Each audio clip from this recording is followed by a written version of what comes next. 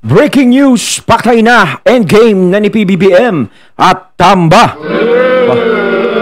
Pulburon, video at Okada ibibigay na kay Trump. Naku, si Trump, si Donald Trump. Trump. Ayan, syempre. Etong balitang ating matutunghayan ngayon ay nagbula kay Pinas Balita TV. At ito po ang inyong lingkod na si BT na magbibigay ng reaksyon at komento dito sa video na ating matutunghayan ngayon. At huwag na natin pagtagalin at sabay-sabay na natin panoorin ang laman ng video na hatid sa atin ni Pinas Balita TV at bibigyan natin ng reaksyon ng balitang ito. Pasok! Ito ang nakakagulat. Para la trending ngayon sa mundo ng social media ang di umano'y balitang kapag nanalo nga daw si Donald Trump sa pagkapangulo sa bansang Amerika ay mananagot daw si House Speaker Martin Romualdez. Mas lalo pang nagpakaba sa mga loyalista ang naging post sa political commentator na walang iba kundi si Tio Moreno kung saan ay may caption ng Mr. President at kalakip ang larawan ni Donald Trump.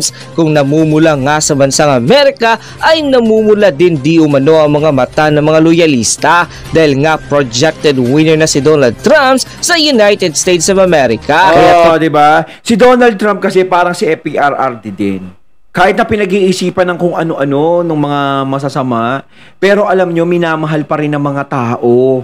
At eto nga, ang chika! No, nakarating sa iba't ibang balita na lumalabas. At syempre ito, sa balitang ito, na kapag nanalo daw si Donald Trump, ay totoo ba yun? Ay, totoo yun, yung mananalo si Donald Trump, totoo yun. Ba? Mananagot daw si Tamba ba? Ay, totoo ba? Totoo ba? Naku, alam naman natin si FPRRD at si Donald Trump, talagang magkabagang. No? Alam naman natin na magkasundo sila, di ba? Di ba? Okay sila. Ba? So, abangan natin ang mga susunod na kabanata kung ano ang mangyayari kapag nanalo si Donald Trump.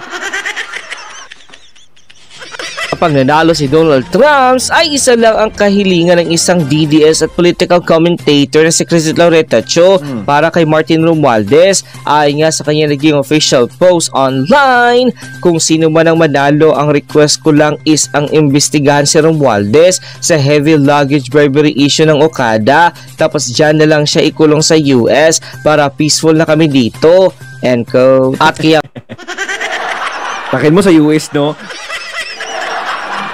Pero sa tingin ko, parang malabo pa din eh.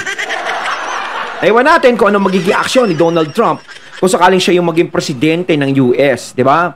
Kasi nga, di ba, alam naman natin si Tambi, kung ano man ang hinanakit kay Tambi, kung ano naman ang hinanakit nyo, is parang malabo eh. Parang hanggang doon na lang mangyayari sa atin yan, parang hinanakit na lang tayo eh.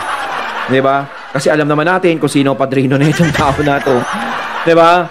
Kahit naman na kahit naman na maraming problema tong taong to, wala pa rin tayong magagawa eh. Pwera na lang talaga.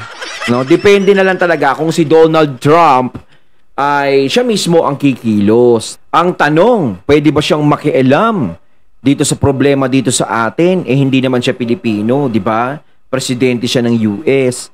Ngayon kung merong problema sa atin, dapat ang ang gobyerno natin.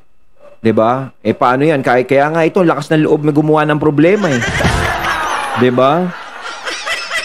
Basta, bigyan na lang natin. Nga daw galit na galit ang mga loyalista kay Donald Trump dahil mismo si Donald Trump ay taga-suporta na ng dating Pangulong Rodrigo Roa Duterte. Sila si Pangulong Bongbong Marcos Jr. ay talaga namang walang maasahan dito kay Donald Trump. Pero bakit nga ba hangang-hanga si Donald Trump sa mga Duterte? Pero bago ang lahat mga Kapinas, kung bago ka pa lamang sa channel namin, ay huwag mong kalimutang mag-subscribe at pakiclick na rin ang notification bell para mas maging updated ka pa lalo sa lahat pa ng bagong videos na i-upload namin. At yun nga mga Kapinas, ay sa naging post ng Optic Politics Online. From Optic Politics, the Duterte's mystery of presence and absence as power moves by Optic Politics Analysis. November 6, 2024, the Duterte's have an unmatched talent for turning both presence and absence into tools of power and control. This rare political skills was on full display when Vice President Sara Duterte alternately attended and skipped skip session in both the Senate and the House of Representatives. Her selective appearance were not moments of evasion but acts of strategy, each absence making her presence resonate more. Similarly, former President Rodrigo Duterte's calculated the appearance at the Senate was a masterstroke. A show of strength that not only guided the direction of the investigation but also dictated its tone and ultimately its conclusion. The father-daughter tandem has refined the art of leveraging any situation to their advantages. Their critics, on the other hand, seem bereft of this instinctive strategy, expending every opportunity to pursue their vendetta only to fall short, tangled in their own missteps, while adversaries grind away their relentless attacks and the Dutertes have emerged resilient. Hinihintay lang natin magtagalog. Their influence and charisma, intensifying with each new attempt to undermine them. This phenomenon isn't mere chance, and it is a testament to the trust that the public has built with the Dutertes. For every stone thrown, the Dutertes respond with a deep political touch that only depends public admiration, while their opponents, no matter how much they doctor trust ratings or fabricate popularity surveys, struggle to shake the public's ground disdain.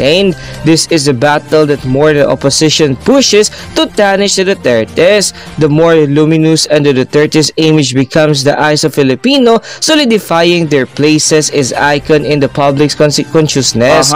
It is clear that those who I am bringing down, the Dutertes, have overestimated their reach and underestimated the resilience of their targets. They fail to grasp the power isn't merely about holding office or being physically present. Medyo mahaba, no? Then, through political influence, as the Dutertes have shown, lies in knowing when the steps forward, when the steps back, and letting their absence speak just as loudly as their presence. This is a lesson their adversaries are far from mastering, and one that they ultimately lead to their own unraveling. End quote. Matapos nga lumabas sa balitang ito, ay umanigan ng samot-sari komento at reaksyon mula sa marami sa ating mga kababayan at marahil na nakita nyo at nadinig nyo mga katuna yung sinabi ni Pinas Balita TV. Marami nga sa kanila ngayon ang hindi napigilan ng kanilang sarili na maglabas ng kanilang hiling at komento sa mundo ng social media. And the netizens posted, sa pagiging panalo ni Trump bilang bagong presidente ng Amerika ay mababago ang political landscape sa Pilipinas. Naging malakas ang loob ni Pangulong Bongbong Marcos Jr. at kampon dahil sa pledge support ni Biden admin. Ang pagkapanalo ni Trump will die down the threat of ICC against Duterte. Hindi, kung tutusin, dito natin malalaman yan. No, sinabi ko nga kanina, kung pag nanalo si Trump ay maayos pa rin talaga. Kung talaga nandoon pa din yung magiging closeness ni Trump at ni FPRRD. Kasi lahat ng bagay, hindi naman pwedeng mag 100% tayo na magtitiwala tayo ng gano'n na lang bigla kay Trump na papabor sa mga Duterte. 'Di ba? Ngayon, kapag nakita natin na gano'n nga ang nangyari, edi okay talaga si Trump. No? Ang pine-prevent lang naman natin dito gaya nung sa threat sa ICC. 'Di ba? Yung gusto nilang mangyari na si Tatay Digong ay ipa-ICC. No, yung ipa-ICC na gusto nila na mabilis maimbestigahan, mabilis maipakulong, 'di ba? Kasi kung dito sa Pilipinas, alam nila yung nangyayari is nasusuportahan dito si Tatay Digong dahil alam dito sa Pilipinas na si Rodrigo Duterte ay inosente at walang ginagawang masama.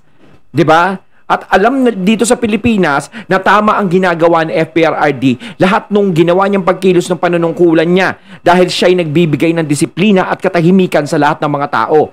So, syempre, kaya siya gustong ipa-ICC para doon dalhin yung kaso niya is para, 'di ba? Madali nilang mamanipula.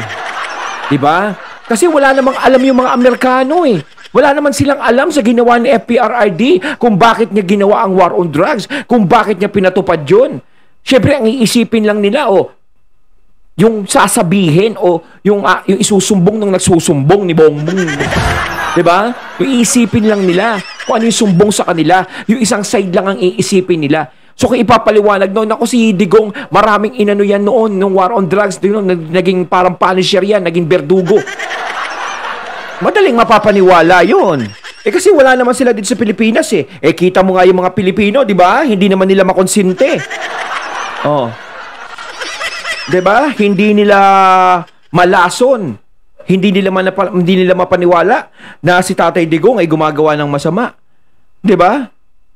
Sa halip na gano'n ang ginagawa nila. Lalo nga nila sinisiraan, lalo pang bumabango ang pangalan. It may extinguish the fire of impeachment against Vice President Sara. Hindi na makapakali ang mga grupo ni Pangulong Bongbong Marcos Jr. Di kung managot ang baloslos, huwag siyang mag-expect na may sul-sul dito sa Amerika. Di uso dito karma, gaba ang magsaba. Dalaga Tatay Digong, Lord always guide you, God bless Tata. Pero maganda yan kung talagang si Donald Trump ay talagang pabor sa mga Duterte. Siyempre hindi naman maaano na maging pabor din siya doon sa kabila. No, siyempre presidente siya kung sakaling manalo siya. Pero sana is maging balanse yung magiging mga desisyon ni Trump, no? Ay, dapat lahat ng pera ng Pilipinas liquidated with resibo. Hindi certification dapat kung lang sino ang congressman at senador ng mag-campaign na dapat lahat ng pera kinuha ng politician. Kailangan dapat may resibo lahat na nagagastos. Yun ang dapat naman talaga. Kaso nga lang napakahirap ngayong panahon na to. 'Di ba? Kalabanin mo nga lang, magtanong ka nga lang, may kaso ka na eh. Ipapakulong ka na nila eh, 'di ba? Ganun lang kabilis. Resibo, kung liquidate iyan ang dapat iboto this coming election. The worst, Bongbong, is that this father ousted by the US. That is why Bongbong vowed up to the ground thinking that US will not do what they did to his father. Tambal, Loslos, Saldico, Torre, Marbil, yung involved sa korupsyon dapat managot. Kulungan dapat parusa dahil ang paghihirap nila sa mga taong bayan. Maraming leaders ng ibang bansa believe kay former President Rodrigo Roa Duterte dahil may leadership, hindi magnanakaw, may dignidad. Patakin nyo si FPRRD ang napansin ko na presidente, na dumaang presidente na talagang ipinaglalaban ng tao at patuloy pa rin maraming naniniwala na marami siyang nagawa at meron pa siyang magagawa. 'Di ba? Talagang siya lang inakitaan ko ng presidente na maganda ang naging feedback. Kung meron man nagiging pangit ang feedback, alam na natin kung sino-sino 'yon. The antis are coming to town. Pero ang karamihan sa mga tao is maganda yung nagiging feedback kay FPRRD. Siyempre, kakausapin mo yung ibang tao, interbihin mo sa labas, kakausapin mo, sasabihin mo, ano ba masasabi mo sa nagdaang administrasyon, sa administrasyon ngayon. Pag nagsasalita sila doon sa nagdaang administrasyon, pag kinukumpara nila sa administrasyon ngayon, pinupuri talaga nila yung administrasyon dati ni FPRRD na hindi naman masyadong ginagawa na katulad. O ano bang masasabi mo nung panahon ni Fidel Ramos tapos yung administrasyon ngayon? Ang sinasabi nila, naku, no comment, mga ganun. Pero kay FPRRD, kasi may naiwan siyang mga bakas. No, yung naiwan niya na tumatak sa mga tao. At saka si FPRRD, labas na labas sa kanya yung ugaling pangmasa talaga. Mahal niya ang Pilipinas, kaya mahal namin si Tatay Digong. Matutuloy na ang Duterte to Duterte. End quote. I think first week ng December. Ayun, bago natin simulan, nais ko nga pala magbigay ng credits dito kay Ma'am Maharlika. Ayan, syempre supportahan din natin si Ma'am Maharlika. Tuloy natin. Or second week, I'm not sure. Ng December, magmi-meet up itong mga electors na to, yung tinatawag na Electoral College. So magmi-meet up yung mga yan. Anong gagawin nila ngayon, mga palangga? So ngayon, mga kababayan, this is really exciting kasi nga alam naman natin na ang Trump at saka Duterte talagang bonggang-bongga ang kanilang ties or relationship.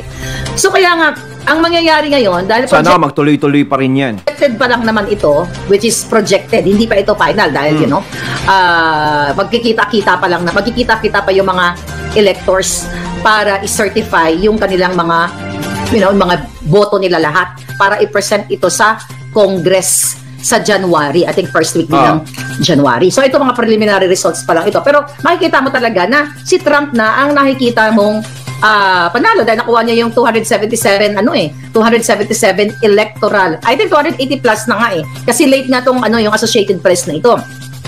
So itong preliminary result ngayon mga palangga, magiging official lang ito kapag yung mga electors boboto pa sila. Sila talaga yung boboto. Magkita-kita sila sa December. Right? Magkikita-kita sila sa December para i-cast yung kanilang mga boto sa bawat states. Okay? Pero nga na sinasabi ni Ma'am Maharlika na malaki na talaga ang pag-asa na manalo si Donald Trump bilang presidente. Magbabago na kaya ang roleta ng kapalaran, di ba? So yung tawag nga doon yung Electoral College. So Parang lahat ngayon, no, yung panahon ngayon, no, parang lahat pumapabor sa mga Duterte. 'Di ba? Ganyan yung ginagawa sa mga Duterte, pero ang gulong ng kapalaran ay pumapabor sa kanila. 'Di ba? Pansin niyo mga katunay. kapag na-present na nila yon, di ba, naselyado na, yun ang ipo-forward nila sa Kongreso sa January, I think hindi ko nagkakamali, first week yan, ano? January 6 or something, 6 or 5 ba? Basta first week yan, magmi-meeting sila muna sa December. Kaya ano ba? Right. Oh yeah, boss. Boss mo si Trump palangga. So magmi-meeting sila mga palangga sa December para i-cast ang boto nila ng mga electors para nga ito i-forward sa Kongreso. So votes for President and Vice President lang ang mayroong electors. Aha. So bawat electors, Buti pa sa kanila, no? Bobotohan na ng presidente, no?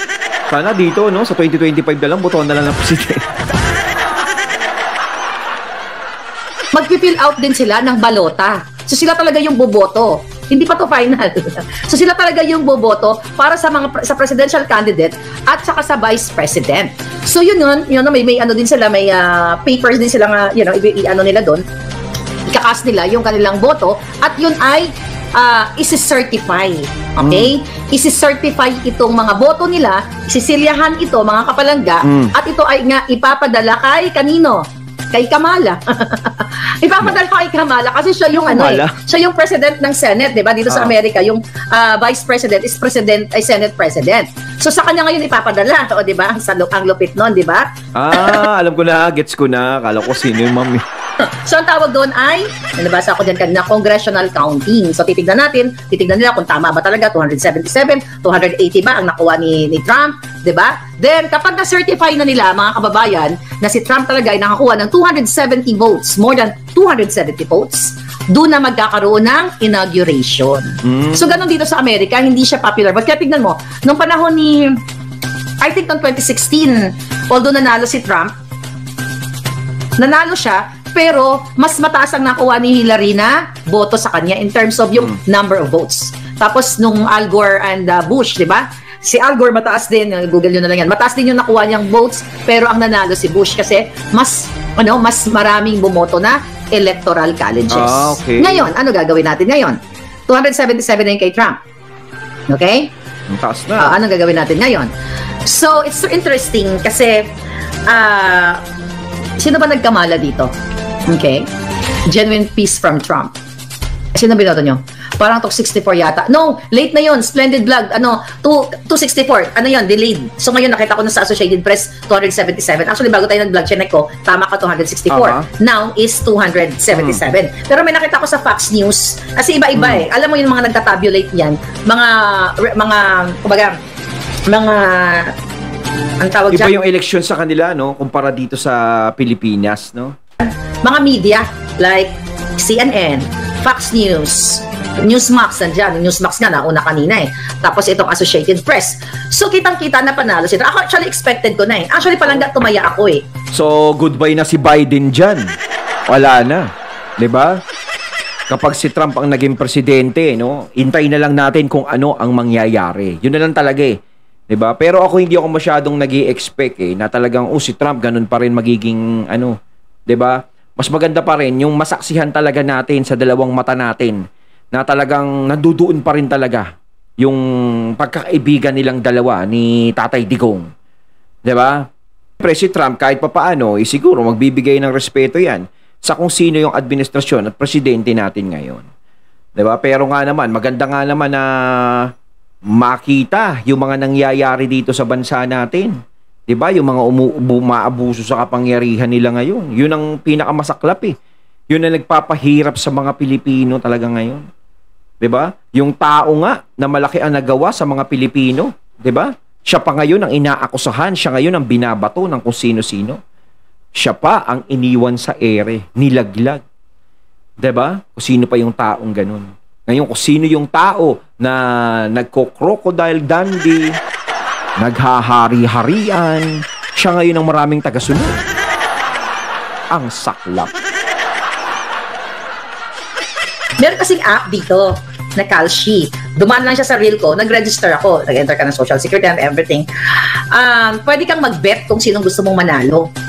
Ngayon, di ba nag-post ako kahapon niya, the other day yata, na pag kung nag-bet, kung meron ako $1 million, kung nag-bet ako ng $1 million, nanalo ako ng $900,000 US dollars.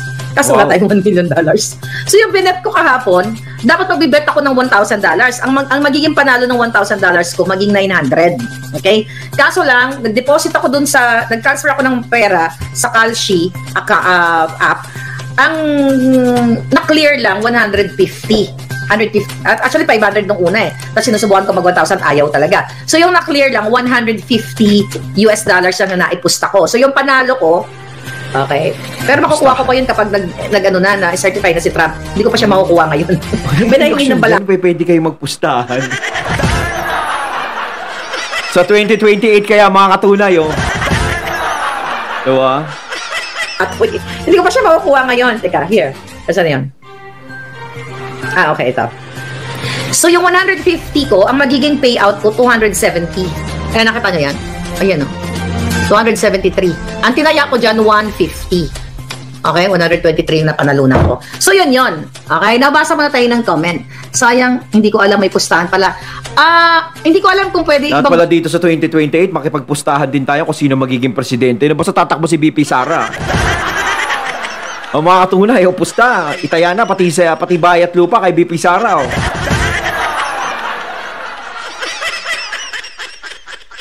Basta wag lang kalaban ni BP Sara si Tatay Digong. Bawal yun, syempre. Maganda nga Duterte. Pero kung kalaban ni BP Sara si Tambi, no, sa presidente, pusta nyo na, pati lupa nyo sa paso. Basta walang dayaan, ha? Bansa, pero kasi nag-register ako, in-input ko yung aking Social Security eh. Magkano na panalunan ko? $100+. Kung 1,000 sana yung tinaya ko, nanalo ko ng $900. Kaso lang, late notice na ako. So, kiniklear pa nila. Although nag-transfer na ako ng pera, kaso hindi pumasok doon sa Kalshi account. Parang i-clear pa sa bangko. So, 150 lang. Ay, okay. At least panalo pa rin si Trump, diba? And now what? Ano bang impact nito sa ating mga Pilipino? Impas na si Bangag President. Okay? Alam mo, si Trump at saka yung friend ko, sa Robinhood tumaya and won 500, sabi ni Mylene Acosta. Ay, meron ba sa Robinhood? Hindi ko alam. May Robinhood din ako eh. Sayang pala sa Robinhood ako. Meron pa naman akong cash doon na pwede pang taya. But anyway, hayaan mo na palangga. Yung mga kapitbahay ko, mga American retirees, vote for Kamala. Sabi ni Palangga. Italo siya eh. Nakulbaan na, okay. True ba na mas mahirap, true ba? Mas mahirap kumuha ng US visa ang Pilipino pag si Trump ang president? Sabi ni Manny. No, I don't think so. Okay, that's a good question. Kasi man ng mga kaibigan, sabi niya, paano na yan? Si Trump, hindi kaya magpahigpit siya kasi they're processing their papers.